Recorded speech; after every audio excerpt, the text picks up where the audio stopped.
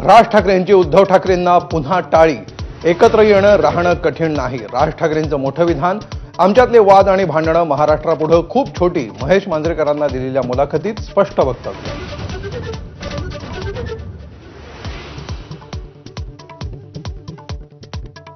राज ठाकरेंच्या टाळीला उद्धव ठाकरेंची प्रतिटाळी.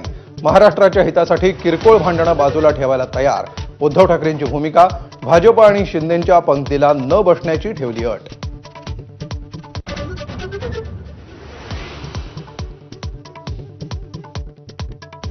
ठाकरे बंधूंकडून एकमेकांना साथ प्रतिसाद मिळत असतानाच ठाकरेंच्या ट्विटर हँडलवर दोघांचा एकत्र फोटो, हस्तांदोलनाचा फोटो पोस्ट केल्यामुळे चर्चा जोरात.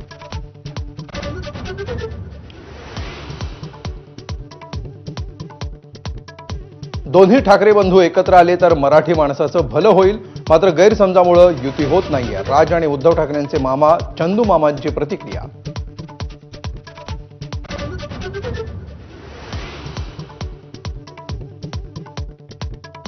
राज ठाकरेंच्या भूमिकेला नाकारण्याचा करंटेपणा करणार नाही, पण उद्धव ठाकरेंच्या अटी मान्य करा. संजय राऊतांचं आवाहन.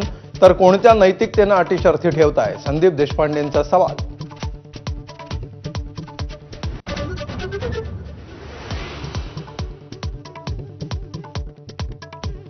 युतीबाबत राज ठाकरेंचा वैयक्तिक निर्णय. शिंदेंच्या शिवसेना नेत्यांची प्रतिक्रिया. तर दोघेही भाऊ निर्णय घेण्यास सक्षम. अंबादास दानवेंचं वक्तव्य. भाऊ भाऊ एकत्र आल्यास स्वागत. आव्हाडांचा टोला.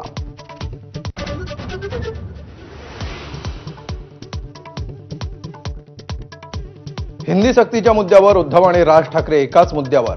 हिंदी सक्ती खपवून घेणार नाही, उखडून फेकू. उद्धव ठाकरेंचा इशारा. मराठी माणसानं जागृत राहणं गरजेचं. राज ठाकरेंचा सल्ला.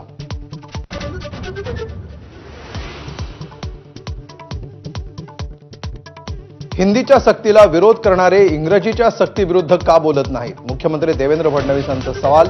तर हिंदीला विरोध केवळ राजकारण करण्यासाठी. अजित पवारांचा निशाणा.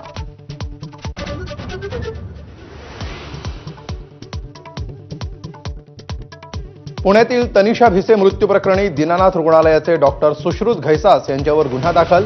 तर ससूनचा अहवाल पुणे पोलीस आयुक्तांना प्राप्त.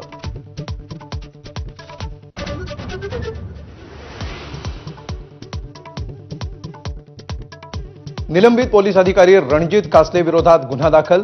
निवडणूक विभागाचे नायब तहसीलदार अण्णा वंजारेंच्या तक्रारीनंतर कारवाई.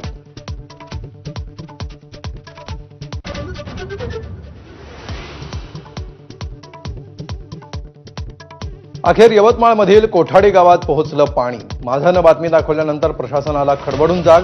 सोलर प्लेट्सद्वारे वीज पुरवून बंद पडलेले नळ सुरू.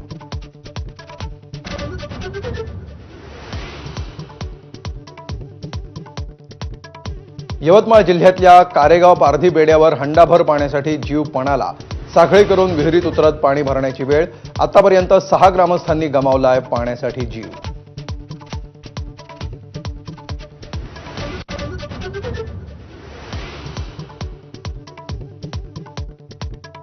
सोलापुरातील प्रसिद्ध न्यूरोसर्जन डॉक्टर शिरीष वळसंकरांची स्वतःवर गोळी झाडून आत्महत्या. वैद्यकीय क्षेत्रात मोठी खळबळ. आत्महत्येचं कारण अद्याप अस्पष्ट.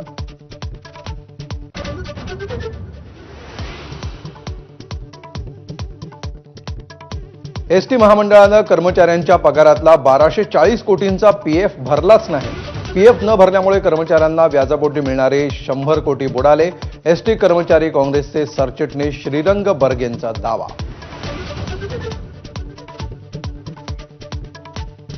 Headlines brought to you by Chitale बंधू.